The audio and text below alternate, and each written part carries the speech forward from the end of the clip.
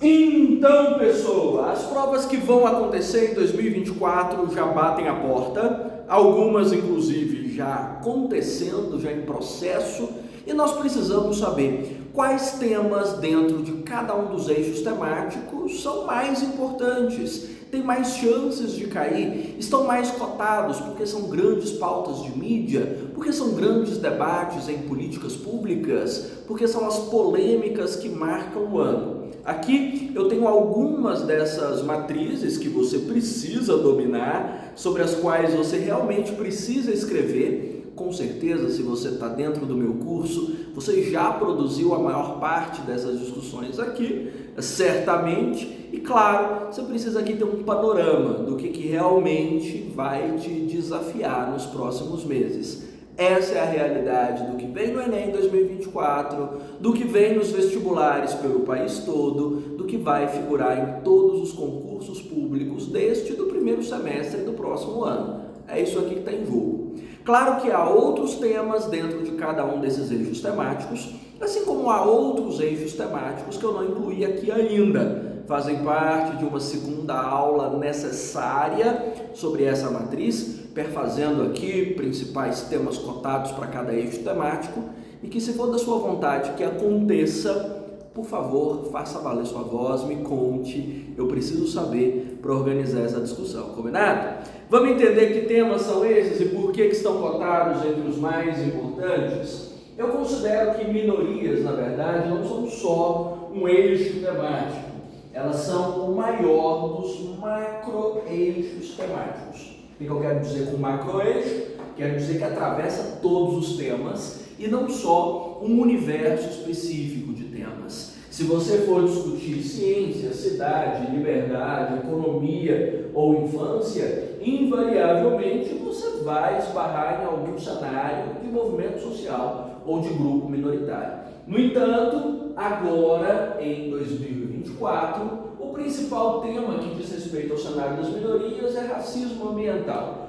ou seja, a forma como minorias étnicas e sociais acabam sofrendo mais com os impactos ambientais do que grupos privilegiados ou grupos que não são alvo de preconceito. Entenda, por exemplo, que regiões favelizadas ou que pessoas vulneráveis, principalmente pela sua condição étnica ou social, tendem a sofrer muito mais impacto em relação a enchentes, a deslizamentos, a aquecimento global, as pandemias, a evolução das arboviroses, a todo o cenário de colapso ambiental atual. Então, é a dimensão mais importante agora. Isso virou pauta de mídia recentemente, em janeiro de 2024, quando houve uma tragédia ambiental no Rio de Janeiro, e então entendeu-se dentro do governo federal que o colapso foi maior não necessariamente pelo evento natural, pelo deslizamento que ocorreu nos morros cariocas, mas porque populações mais vulneráveis sempre estão mais expostas, principalmente no Brasil, populações negras e indígenas.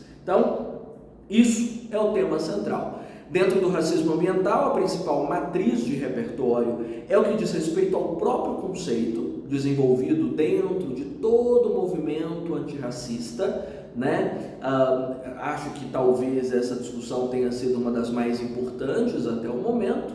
E claro, o cerne da discussão sobre racismo ambiental está num dos repertórios mais comuns que você provavelmente já usou em muitas das redações, sobre a banalidade do mal, sobre um cenário ser tão normalizado dentro de uma estrutura de cultura ou de política, a ponto de não ser entendido mais como um problema. Então, populações vulneráveis, marginalizadas, são assim tratadas desde a fundação desse país, desde o nosso entendimento como civilização, que nós não percebemos que isso seja um problema, ou não correlacionamos isso como uma crise. Então o assunto banaliza, torna-se normal. Então, a partir desse processo de normalização é que esse racismo torna-se uma das questões mais importantes desse momento. Dá para citar, claro, Martin Luther King como pai dessa discussão, desde a dimensão de tokenismo até o início dos movimentos sociais. Dá para trazer inúmeras pautas a respeito de como o racismo evolui nesse país. da dimensão mesma de segregação espacial, que é a matriz dessa discussão. Então, tem muito assunto que você precisa dar atenção dentro desse racismo ambiental, que é, na verdade, uma convergência entre a pauta minoritária e a pauta ambiental. Vai aparecer na sua prova, é o conceito mais importante das matrizes sociais, é o mais importante para o governo federal nesse momento. Atualize-se a respeito, produza sua redação. Em segundo lugar, temos, claro, o eixo meio ambiente como o segundo mais cotado do ano, considerando que nós estamos tendo, na verdade, desde 2020 talvez, um dos maiores impactos ambientais da história desse planeta, ou da nossa civilização dele, né? Considerando, obviamente, a crise sanitária pela qual nós passamos, considerando o aquecimento que tem se tornado, vamos dizer, pavoroso, em que todos nós estamos imersos, de um superaquecimento e de, claro, inúmeros problemas decorrentes disso. Então, vamos dizer que a dimensão do desequilíbrio ambiental caminhando para um colapso é a pauta mais importante desse momento. A matriz teórica que diz respeito a isso, é claro, é toda a matriz do Rick Beck, eu acho que é a melhor delas, a respeito de nós sermos uma sociedade global de risco. O fato de nós estarmos numa estrutura de sociedade que não consegue entender a necessidade de medidas de precaução associada a especialistas em risco e, claro, a desenvolver o entendimento mais claro de que muitos dos nossos danos são irreparáveis, então é preciso tomar cuidado com os próximos danos que nós causamos. A falta disso nos coloca num contexto gravíssimo de risco e, claro, num colapso gigantesco, caso não venha nos próximos tempos uma discussão cosmopolitista, como diria o Rick Beck, de convergir interesses econômicos, interesses políticos e educacionais em realinhar nossa civilização para que ela permaneça no planeta. Sem isso, sem chance, né? Hoje eu vou colocar aqui os nomes dessas pessoas todas que eu estou dizendo, do contrário você vai ter problemas, né? Para lembrar na hora de prova ou mesmo para construir seu texto. Acho que a associação mais importante para racismo ambiental que eu mencionei foi da Hannah Arendt. Acho que é o repertório mais fácil de você lembrar, né? E do colapso ambiental, eu acho que a matriz mais importante para você se lembrar é o Rick Beck. O Rick Beck é a única referência possível para colapso ambiental? Não, inúmeras outras são importantes. O imediatismo do Anthony Giddens é excepcional sobre o fato de nós não nos preocuparmos com as questões de médio e longo prazo. O fato de nós não associarmos as nossas posturas à questão ambiental, a forma como o colapso ocorre, é uma matriz fantástica. Isso é a externalidade dos eventos, né, com a qual nós percebemos. Então, tudo isso é matriz fantástica. Você precisa ver aula sobre esse assunto, você precisa escrever a respeito, está como o segundo tema mais importante do ano. Acho que eu posso seguir aqui, inclusive, a linha dos temas mais importantes, não é não? Vamos seguir essa ordem? Então, logo depois do eixo meio ambiente, o eixo tecnologia, sem dúvida, é vital, considerando que nós nunca fomos tão impactados por modelos de inteligência artificial como agora. No passado havia um temor muito grande, nós vivemos até um movimento ludista dentro da primeira revolução industrial, um pânico de que as máquinas dominassem tudo, e agora, em 2024, de fato isso ocorreu. As máquinas estão dominando tudo e modelos de inteligência artificial agora produzem conteúdo, agora se tornam pessoas e influencers nas redes, agora moldam a gestão do nosso conhecimento com ChatGPT, com conteúdos pré-prontos, né, para você usar, com fotografias moldáveis, com deepfake, deep voice, reproduzindo pessoas, colocando-as em contextos inusitados, praticamente recriando a nossa noção de realidade. Então, o tecido da realidade, Hannah Arendt falava isso, que o tecido da realidade tem se tornado cada vez mais frágil e mais passível de ser rasgado. E, de fato, a nossa percepção de mundo tem sido bastante questionada, porque nós temos modelos de inteligência que podem recriar fatos, colocar você num lugar onde você nunca esteve, fazendo coisas que você nunca fez na vida e convencer as pessoas de que isso é real. Você mesmo acredita que sua vida virtual é muito mais interessante, bem vivida ou extraordinariamente diferente do que a sua vida real de fato é. Isso perturba o nosso tecido da realidade. Tem sido uma das questões mais graves nos últimos tempos.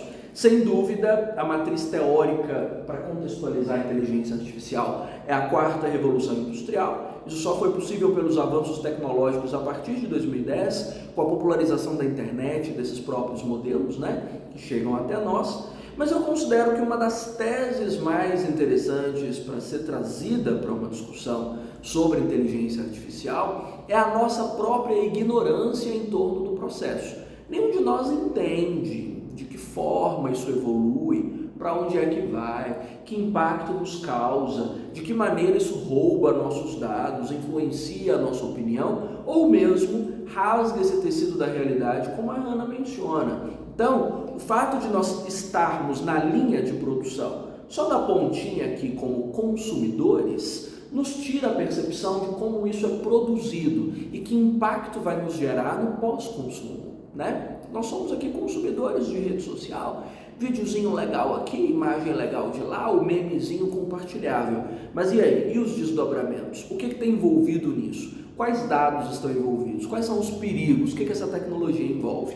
Então, a alienação pelos meios de produção, que é uma discussão fortíssima de senhor Karl Marx, eu considero uma das mais importantes para você trazer para essa discussão. Ou seja, é uma tese, na verdade, que é um coringa extremamente versátil para quase todos os eixos que você for discutir, mas para a tecnologia funciona bem, porque embora nós sejamos uma sociedade altamente tecnológica, o nosso domínio sobre o que a tecnologia envolve é mínimo. Nem de coisas básicas, sei lá, você não sabe trocar o chuveiro da sua casa.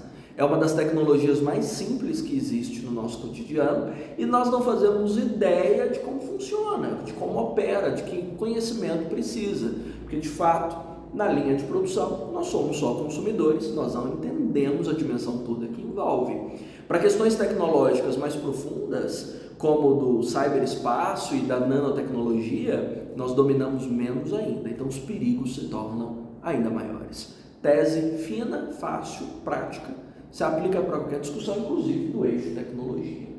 Bom, em quarto lugar dessas discussões todas, eu creio que vamos ver a uberização do trabalho e todo o cenário do trabalho esteja entre os temas mais importantes. A uberização do trabalho ou precarização do trabalho é uma das matrizes mais discutidas do eixo trabalho atualmente, da forma como a evolução mesma das revoluções industriais tem refinado o mercado.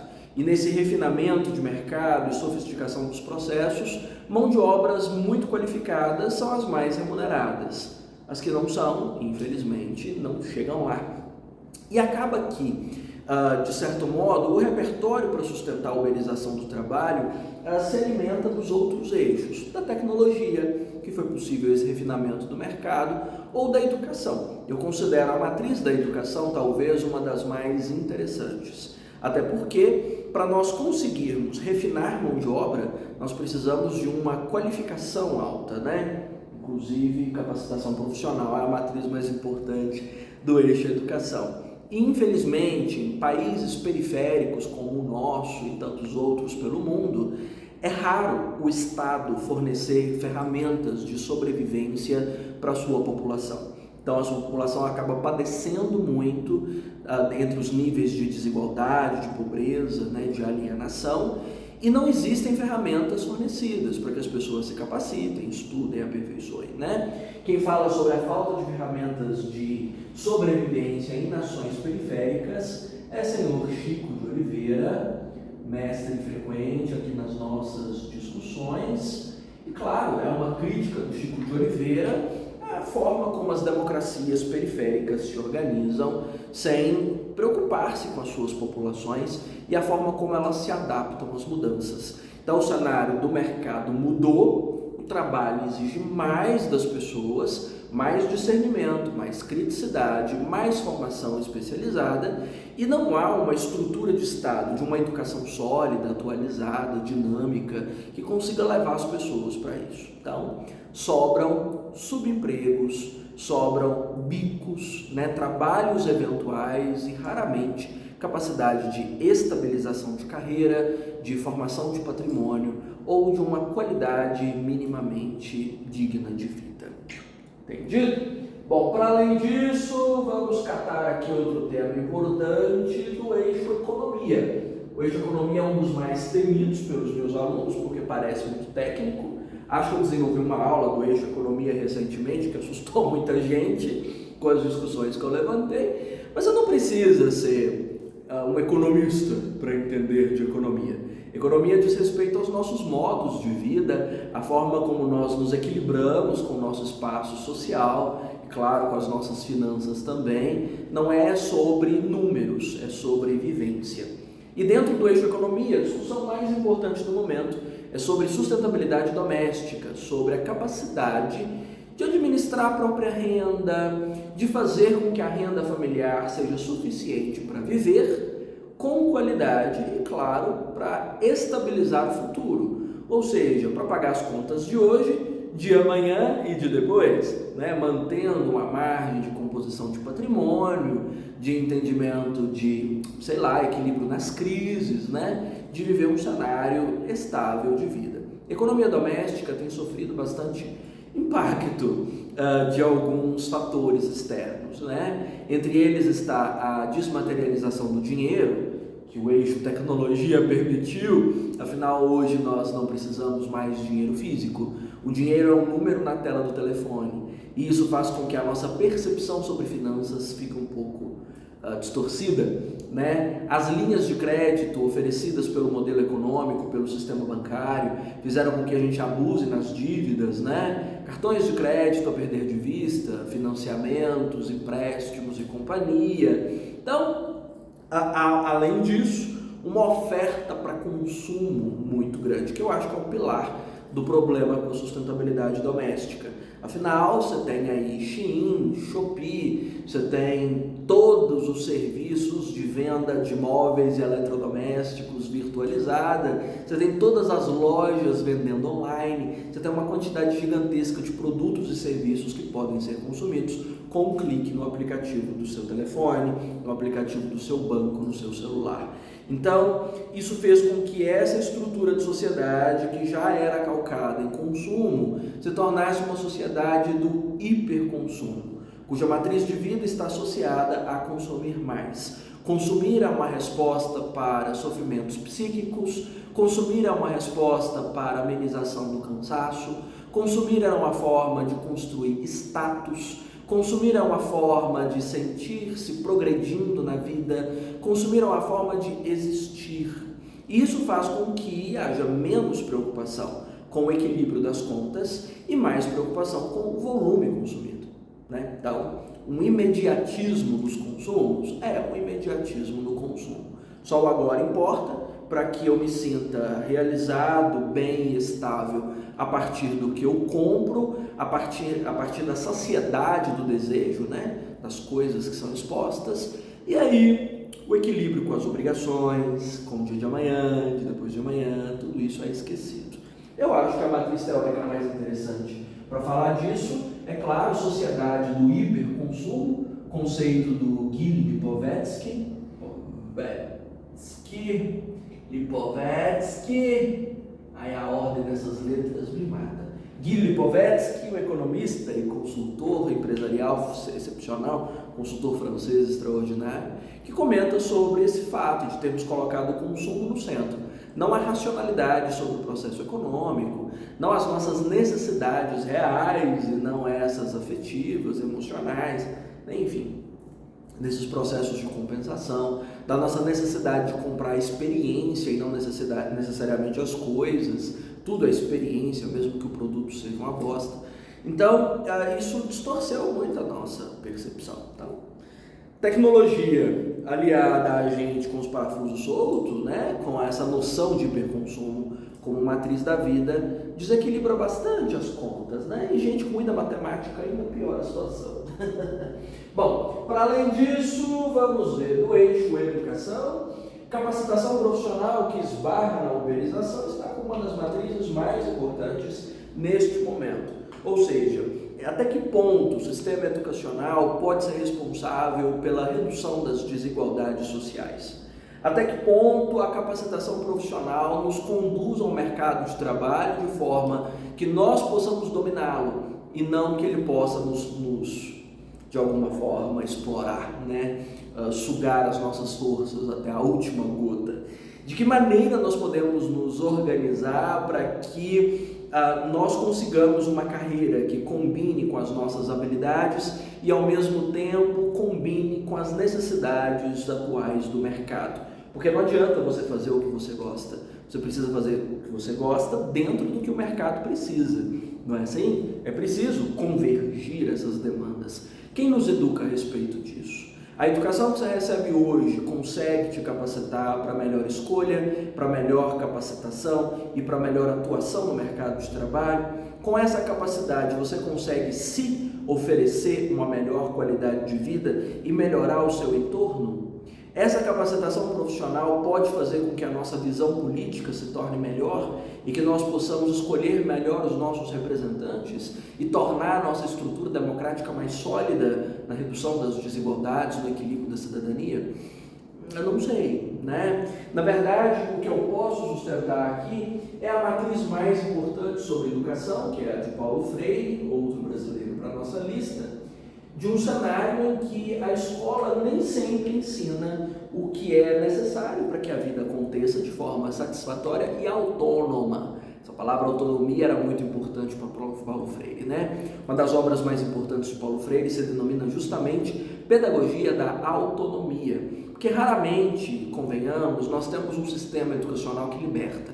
E libertar significa cuidar da sua vida, né? Sem precisar que os outros te sustentem e sirvam de bengala até o fim, sem que o Estado precise te escorar. Será mesmo que a escola tem fornecido essas ferramentas, essas habilidades? A escola é prática, é a escola da praxis, como Paulo Freire menciona, de ensinar aquilo que você precisa aprender? Suas aulas de matemática são suficientes para você administrar suas finanças? Suas aulas de português são boas o bastante para você aprender a se comunicar e a convencer a partir das suas opiniões? Suas aulas de ciências são boas o bastante para você dominar a tecnologia, entender seu corpo ou entender a evolução do mundo? Suas aulas de filosofia conseguem te dar uma dimensão clara sobre o seu espaço de existência e a sua evolução no curso da vida? Não sei, né? Então me parece que a escola tem se preocupado mais com o acúmulo de informações, números, datas, problemas, né? Do que se preocupar em, de fato, capacitar as pessoas para a vida. E está cobrando, né? A consequência, trabalho precário. A maioria das pessoas, ensino básico, né? 13 anos dentro de sala de aula, num banco duro, tendo aulas repetidas de conteúdos enfadonhos, mais 5, 6, 7 anos de graduação, para o quê? Nada, né? Para perguntar depois, para onde, senhora? O máximo, né? Num aplicativo de mobilidade urbana, né? Para fazer o que depois? O sanduíche é no crédito ou no débito? Porque está caminhando para isso. É diploma de engenharia e a caixinha do iFood. Como é que faz? Nós estamos de fato com um problema sério sobre que escola nós esperamos ter, que escola nós precisamos ter. Não é a escola que ensina a pendurar a caixinha do iFood, é a escola que me ensina o que fazer com o diploma e de que maneira me tornar forte o bastante para batalhar no mercado de trabalho. Vai me ensinar a lidar com tecnologia, aperfeiçoar minha mão de obra, adaptar com as mudanças, me comunicar melhor, administrar melhor o meu dinheiro, entender o sistema bancário. Que escola é essa? Por enquanto, nem dirigir ensina, né? Porque o trânsito está caótico. Então, Paulo Freire na veia, seja lá para qual tema venha do eixo educacional. A educação, na verdade, é um macro-eixo que circunscreve todos os temas e discussões, assim como minorias também circunscreve tudo, né? Aproveitando essa coluna aqui, vamos fechar a matriz de saúde, né? Saúde, acredito que o tema mais importante seja, claro, a evolução das pandemias permanentes entre arboviroses, doenças infecto-contagiosas, ISTs e companhia. Nós temos uma demanda gigantesca de doenças que vieram para ficar e, infelizmente, nós não estamos tendo capacidade de entender a sua evolução, de nos prevenir do seu contágio ou de alguma forma de sobreviver, né? Veja, dengue é encarada nesse país desde os anos 10 do século 20. Já tem mais de um século de vivência de dengue no país. HIV foi pandemia nos anos 80 do século 20 e fica num vai e volta constante, aumentando ou chegando a picos, controlando, mas nunca de fato erradicada. Por falta de quê? Quase sempre informação de saúde.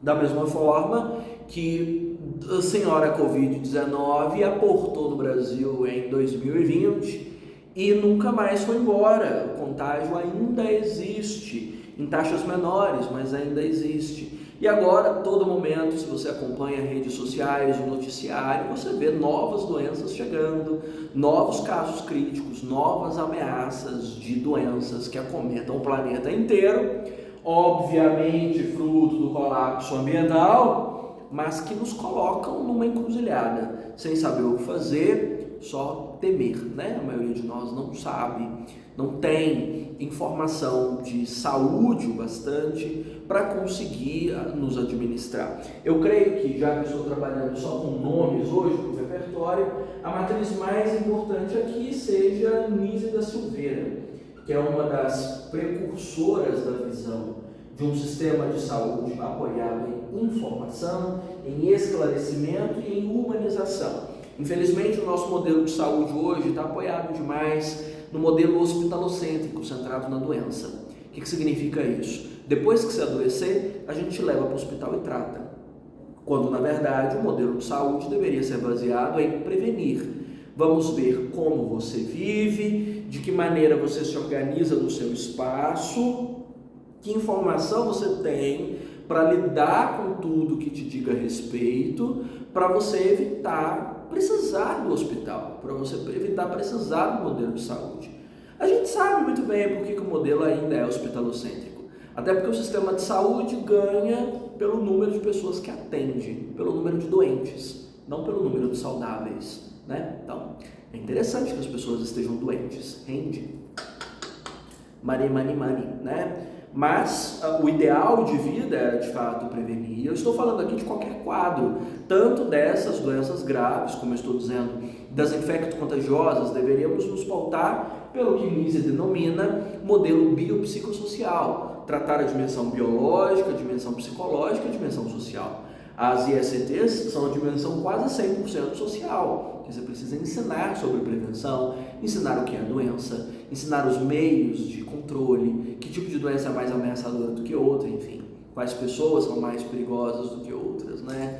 Da mesma forma que as arboviroses também estão calcadas em informação, de que maneira você pode tratar o ambiente, cuidar do seu espaço, aumentar seu sistema imunológico, para que você consiga viver, né, bem. No caso de Covid, no caso, Covid não é arbovirose, né? No caso, eu estou mencionando de dengue, zikungunya,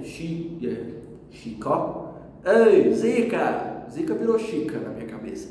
Mas, de toda forma, precisamos saber informação. Assim como o colapso de saúde mental, que tem sido marca da época que nós estamos vivendo, precisa ser focado em prevenção e não necessariamente só em tratamento. O que é? Como você detecta, como você produz diagnóstico, como você produz um contexto de vida que te afasta de quadros de ansiedade, de depressão, né? Enfim, desequilíbrio. Como é que você evita ficar ligado numa máquina que é a extensão do seu braço para evitar que você adoeça? Como você percebe ambientes tóxicos e adoecedores e os evita? Enfim, informação, sabe? A gente precisa saber as coisas antes de pensar em tratar. E, infelizmente, quando a doença explode, sem que as pessoas tenham informação, é claro que elas vão se tornar mais graves e realmente permanentes. Então, acho que Dona Nise nos dá uma paulada de lição em torno disso.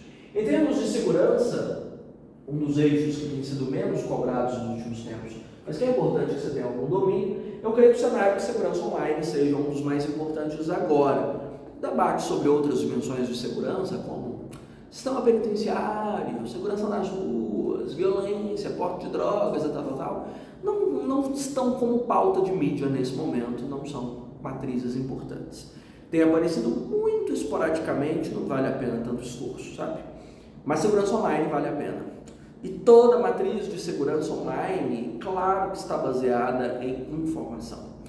Também informação, não é a mesma matriz de informação da NISE, mas é informação. As pessoas não têm noção do nível de golpe que podem sofrer, da forma como seus dados estão expostos, do perigo que é clicar num link aqui, outro ali, que acaba levando os seus dados, leva o seu dinheiro, leva pessoas, te expõe a contextos de risco, enfim, tem sido um dos maiores desafios atualmente. Isso esbarra, inclusive, no contexto dos jogos, que dentro do tema tecnologia é outra matriz super valiosa.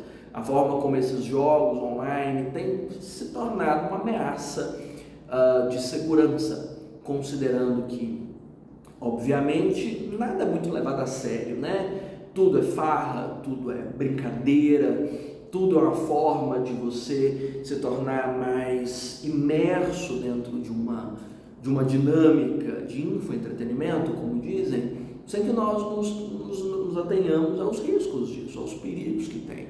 Dá para usar a mesma alienação pelos meios de produção do Marx? Dá. Afinal de contas, nós não percebemos a gravidade do cenário no qual nós estamos infiltrados, porque afinal de contas nós somos só consumidores. Enquanto consumidores, nós não nos damos conta dos riscos que o processo de evolução dessas tecnologias oferecem, né? Hoje os maiores golpes acontecem pelo WhatsApp, por exemplo, um simples aplicativo de conversa para o qual as pessoas não estão, vamos dizer, atentas o suficiente numa mudança de comportamento que sinaliza um golpe, que pode levar dinheiro seu, que pode levar pessoas, que pode expor dados pessoais, enfim, não há muita malícia, né? Parece que perdemos a malícia de existir no mundo enquanto nós estamos envoltos por essa cultura virtual. Então eu acho que a questão da segurança online é parte da cybercultura. Vou colocar aqui como matriz então o senhor Pierre Levy.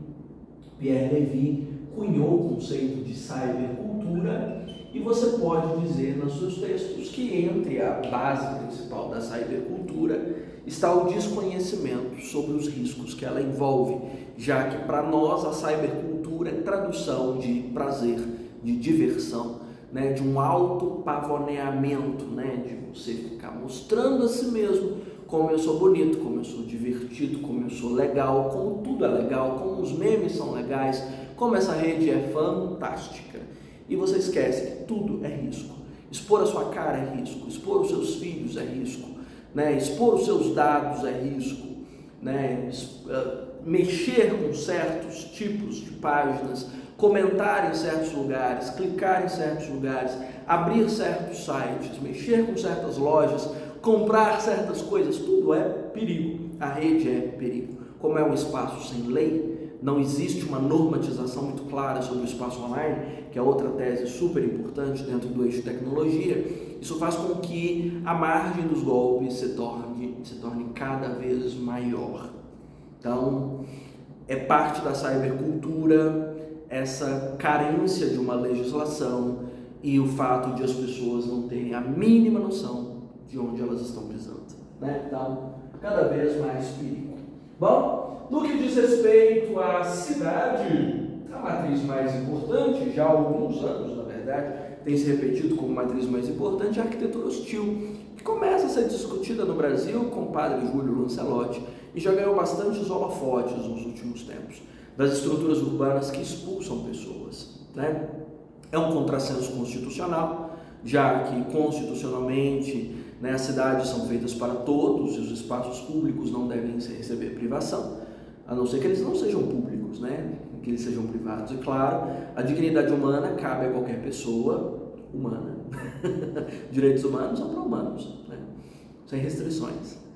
E, mesmo assim, há inúmeras estruturas urbanas, como espetos, pedras, chuveiros frios, nas marquises, né? Enfim, que vão expulsar pessoas e tornar grupos vulneráveis cada vez mais vulneráveis, né? Com cada vez menos acessos. Aí está envolvido nesse processo pessoas em condição de rua, pessoas idosas, pessoas com dificuldade de locomoção, né? Pessoas em cadeiras de rodas, enfim, e torna o processo de vida cada vez mais difícil para quem já tem dificuldade. É uma matriz pesadíssima, né, de uma cidade que expulsa em vez de acolher, de estruturas políticas que segregam em vez de unir, e de espaços públicos que se tornam, sim, cada vez mais perigosos e hostis, em vez de serem convidativos ou espaços de encontro e de integração. Então, tem ficado cada vez mais pesado.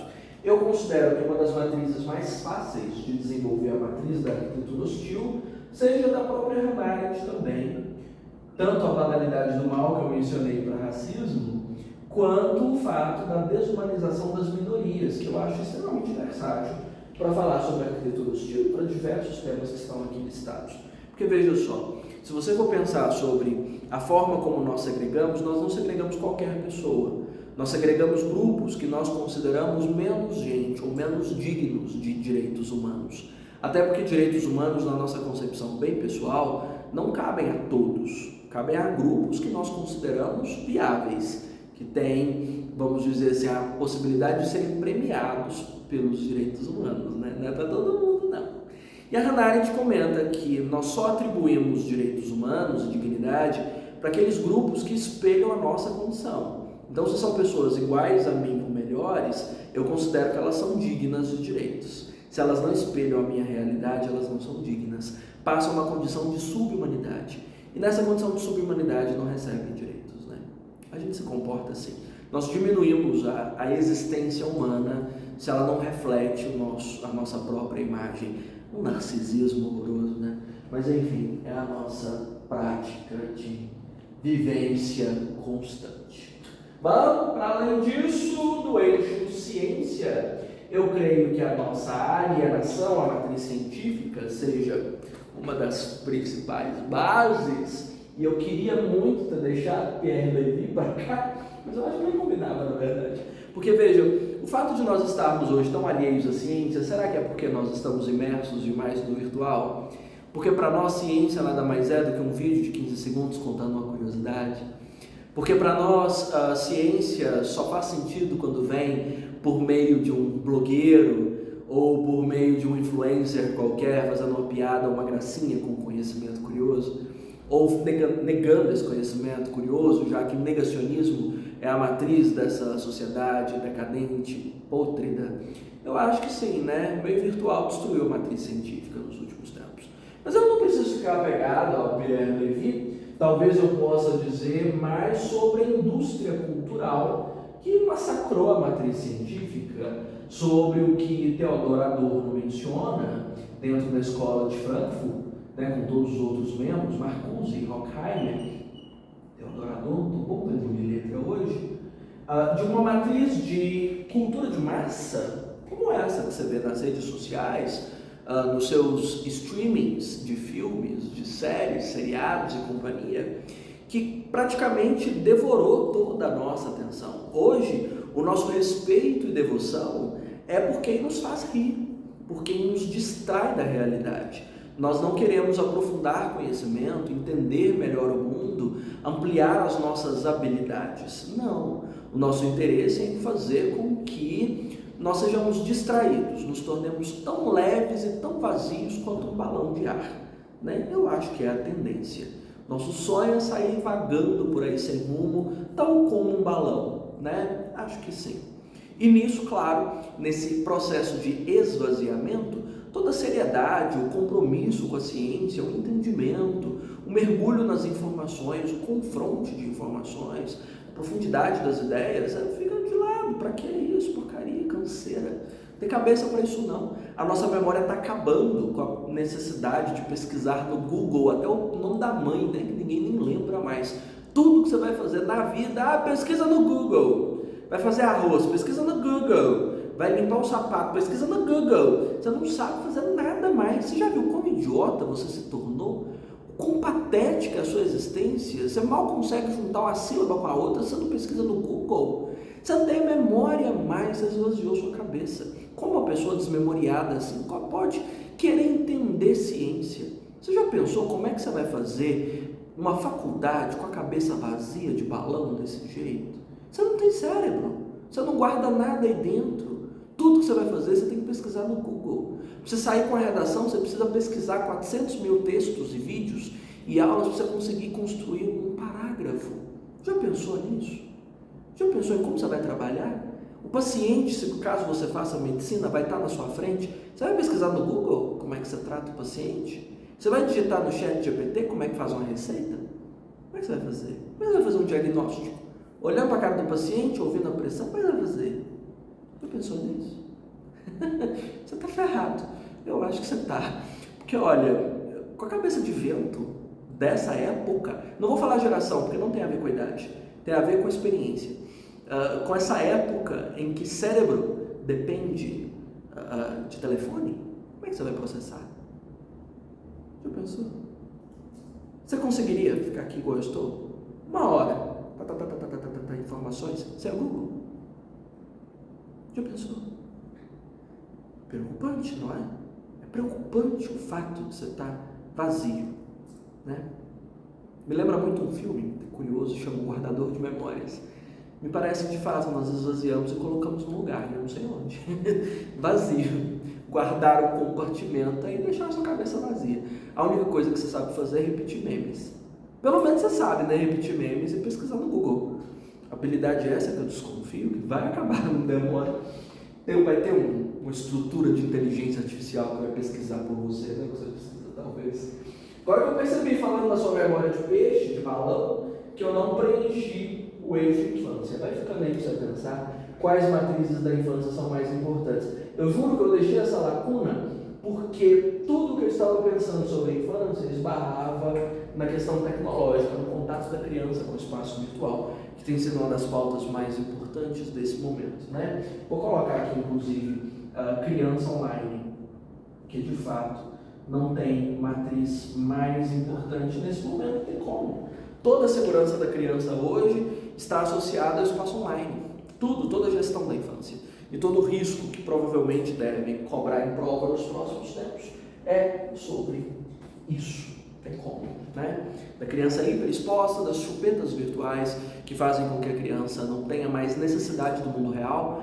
Afinal, dentro do telefone ela encontra aquilo que a faz rir, que a diverte, que a completa no momento em que ela quer, no instante que ela quer, sem que ela tenha contato com o mundo. As crianças de hoje estão perdidas por quê? Porque os pais estão perdidos, porque os tios estão perdidos, porque a família está perdida, porque os professores estão perdidos, porque está todo mundo no celular e a criança aprende copiando comportamentos. Inclusive, essa matriz sobre a qual estou dizendo é de Sartre, não fui eu que inventei.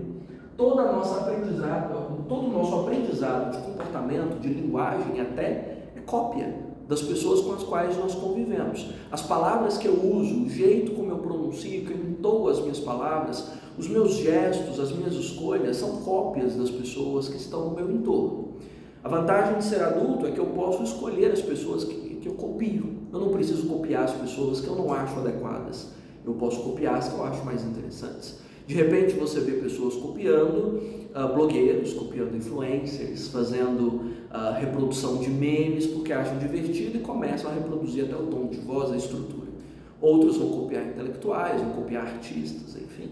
Cada um copia aquilo que quer, né? A criança não tem esse discernimento, ela vai copiar qualquer pessoa que esteja em torno dela. Se o pai dela está com a cabeça enfiada no telefone e não tem olhos para a criança, se a mãe tem como telefone uma extensão do braço e não consegue desgrudar nem para ir ao banheiro, você acha que a criança vai fazer o que da vida? Ela precisa de alguém para educá-la ou alguém para copiar. Então, se ela tem pais assim, ela copia esse comportamento primordial do telefone e vai se tornar tal qual os pais. E depois dessa cópia fundamental, não adianta você querer demover a criança desse hábito, ela vai permanecer nisso. Então, nós crescemos pela observação do outro. Nós aprendemos pela observação do outro. Então, temos crianças que estão reproduzindo a nossa cabeça de balão É inevitável, né? Então, 2 colunas feitas com 400 mil referências. Estou pondo o primeiro nome, deixa eu pôr pelo menos as iniciais aqui, né? Jean-Paul Sartre, aqui também eu pus só o casinho do Carl. Bom, da matriz cultura, a matriz mais importante nesse momento é a nossa incapacidade de relativismo. Relativismo é o seguinte, é eu entender que a minha cultura é boa, a cultura do outro também é boa. Isso não faz com que a minha cultura seja superior à dele, nem a dele seja superior à minha. Relativismo. Quando é que você deu conta disso? Nunca. Você vai achar que a sua religião é melhor do que a do coleguinha, portanto, a sua deve ser imposta a ele. Tivemos uma igreja católica que fez isso com o país inteiro, né? Claro que você vai achar que o seu modo de vida é melhor do que o outro, que o seu país age de maneira mais adequada que qualquer outro, que os nossos hábitos de consumo, o nosso jeito de vida é mais interessante do que dos outros, e vai rir, e vai tripudiar, e vai condenar as outras pessoas que não vivem, não agem como você. Porque você é estrelinha, você olha o crime dourado que deve ser copiado, né? Sua vida é um espelho para o mundo. Que pessoa interessante é você, né? O mundo deve te copiar. Que país lindo é o seu. Melhor do mundo, não é? Pois é, não é nisso. E aí, claro, nisso não nascem só deboches e rivalidades, igual eu estou fazendo aqui. Nasce ódio, nasce violência, nascem guerras.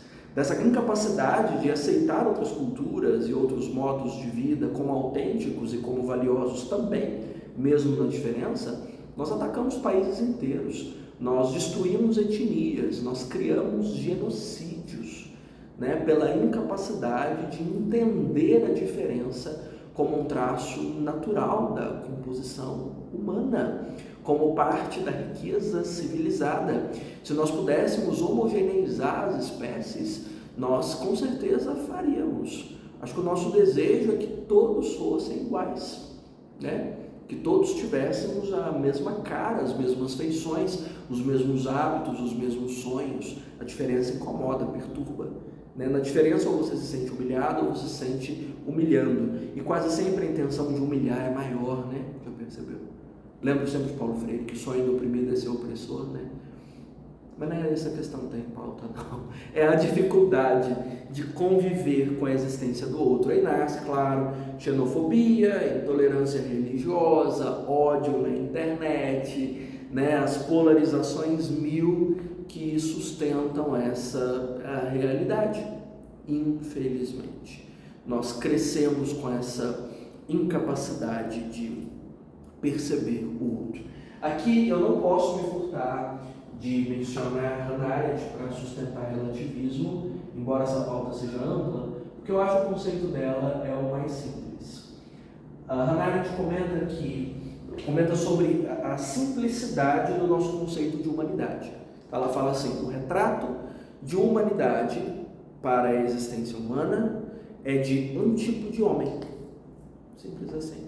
Nós não entendemos que humanidade é diversidade. A gente estabelece um padrão, como se fosse, sei lá, o nosso padrão de humanidade é do homem branco, classe média alta, detentor dos meios de produção. Essa é a humanidade. Tudo que destoa é alvo de ataque, né? A mulher, o viado, o preto, o índio. Presta não. Lixo. Maltrata, humilha, expulsa, paga pouco. Mais ou menos isso, né? É alvo de violência.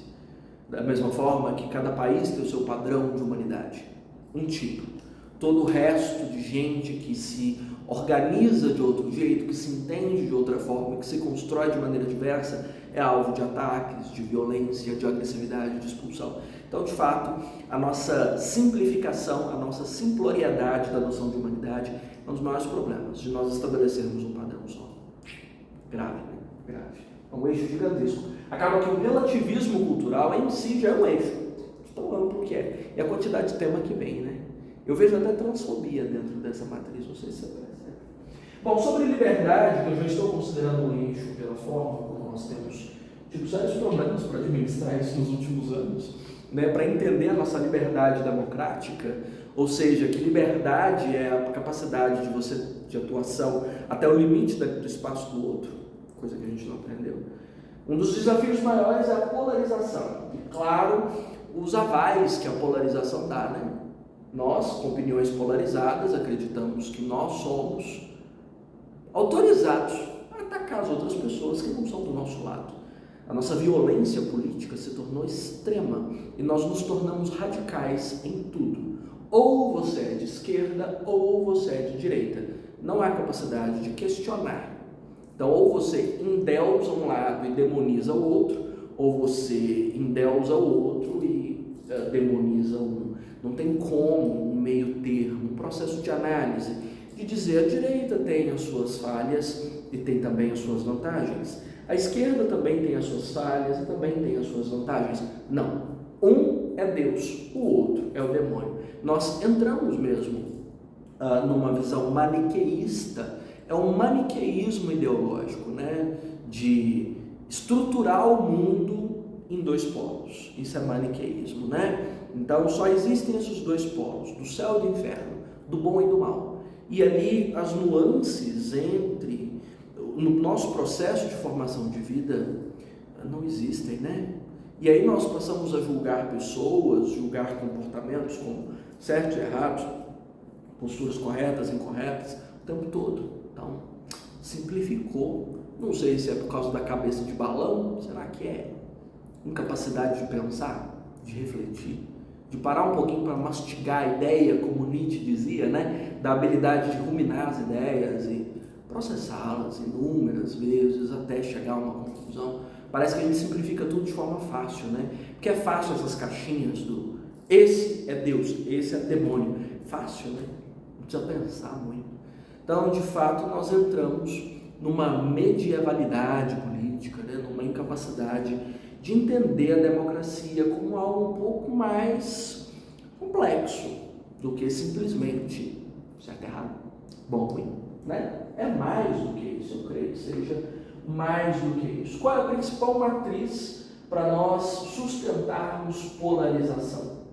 Eu creio que nesse maniqueísmo de direita e esquerda, de demônio, Deus, né, como eu estou dizendo, entram até referências históricas, porque na gênese da composição democrática de jacobinos e girondinos nós já fizemos isso, né, da visão sobre a democracia e comunismo que já construímos nesse país. É quase parte da nossa construção histórica dividir o mundo em dois polos e gerar violência a partir desses dois polos. Eu creio que isso seja parte do que seja denominado de tribos morais. Eu acho que eu já usei esse termo algumas vezes, de tribos morais, do senhor Joshua Green. O Joshua Green comenta que nós nos alienamos de tal modo dentro de tribos de concepção de mundo que nós não percebemos a existência das outras, ou não nos damos o direito de conhecer, de conversar, de discutir, de interagir. Não existem debates, existem brigas, né? Violentas às vezes. Então, formamos bolhas na nossa percepção e nessas bolhas nós colocamos as coisas em caixinhas e não nos damos espaço para conviver com o diferente, até porque conviver com o diferente é ir para o inferno, né? Ninguém quer abraçar o diabo. Não vou ficar do lado do Deus, da coisa que eu acho bonita, do que eu acho legal. Não vou atravessar para o lado de lá, mas nem. E fico restrito aqui ao lado que me é confortável, que eu acho legal e que me satisfaz e satisfaz as pessoas que compram a minha ideia, né? Grave, perigosíssimo. E por fim, um dos menos cotados, na verdade, do ano, da matriz esportiva, não teve Olimpíada, o tema não é Olimpíada, né? Não. Você nunca teve prova que pegou data comemorativa ou eventos do país para transformar em tema, pelo amor de Deus. O máximo que já aconteceu foi tragédia virar tema. E aqui a gente tem tragédia de sobra.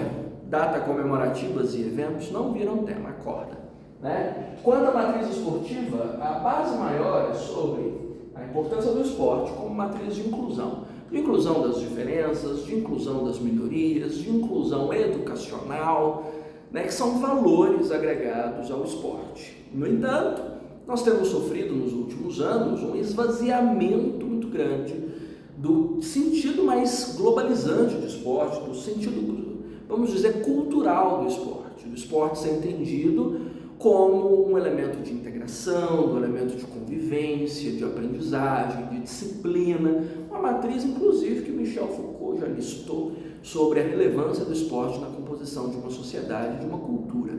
Marx também já falou disso e inúmeros teóricos já trataram dessa questão.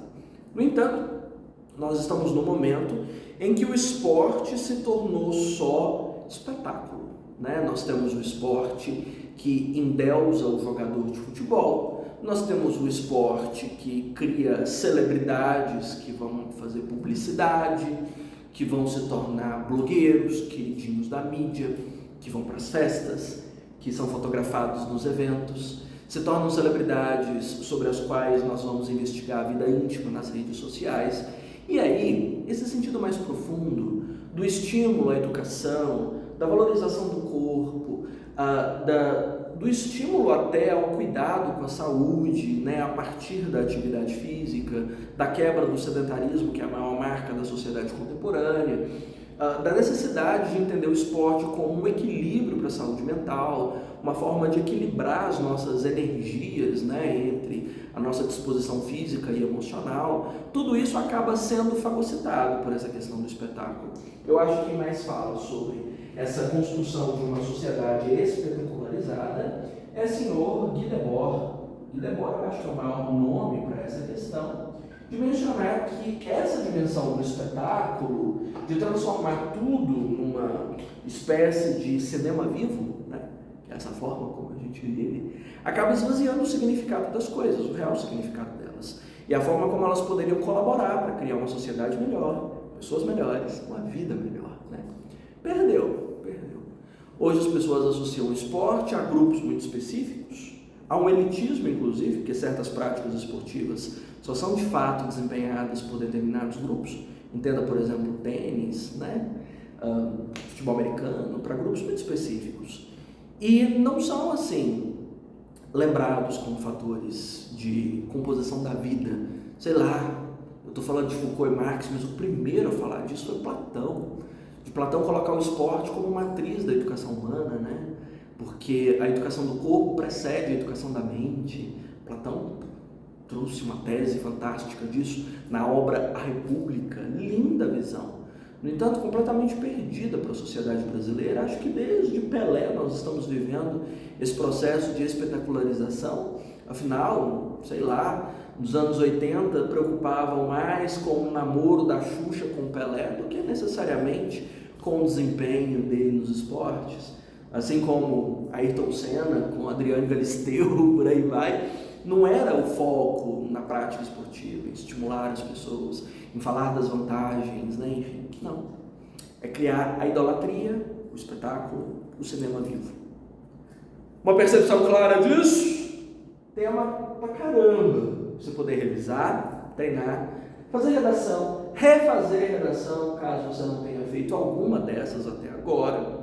E, obviamente, me encher de mensagem pedindo parte 2. Talvez com mais temas desses mesmos eixos, ou algum eixo que eu tenha esquecido de fora, que eu preciso completar, que a memória do professor também está de balão, né? Então, a gente precisa discutir mais e debater mais. Se esse modelo de aula te agrada, você me conta e me manda aí, que eu estou esperando o seu feedback. Combinadinho?